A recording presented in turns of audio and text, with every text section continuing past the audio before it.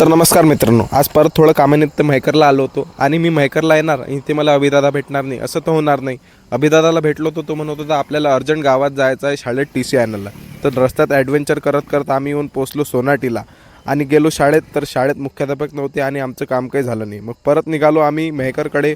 रस्त्यात जाता जाता दिसला आम्हाला हरभरा, तर मित्राच्या शेतातला हरभरा तोडून आम्ही निघालो परत म्हैकरकडे. संध्याकाळच्या वेळी येऊन पोचलो आम्ही मस्त बढियापैकी जेवण करायला. आज आपल्यासोबत एक आणखी माणूस आहे, लय दिलदार माणूस आहे तो, आणि तो माणूसला चांगली शायरी म्हणते. तो माणूस आहे आपला प्रदीप दादा.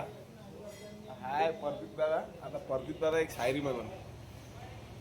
मित्रांनो म्हणतात ना, sometime it's not about the place, it's about the people around you. एकदम साध्या ठिकाणी मित्रांनो जेवायला आलोय तरी एकदम भारी मजा येत आहे, जस्ट बिकॉज ऑफ हे जिवलग मित्र.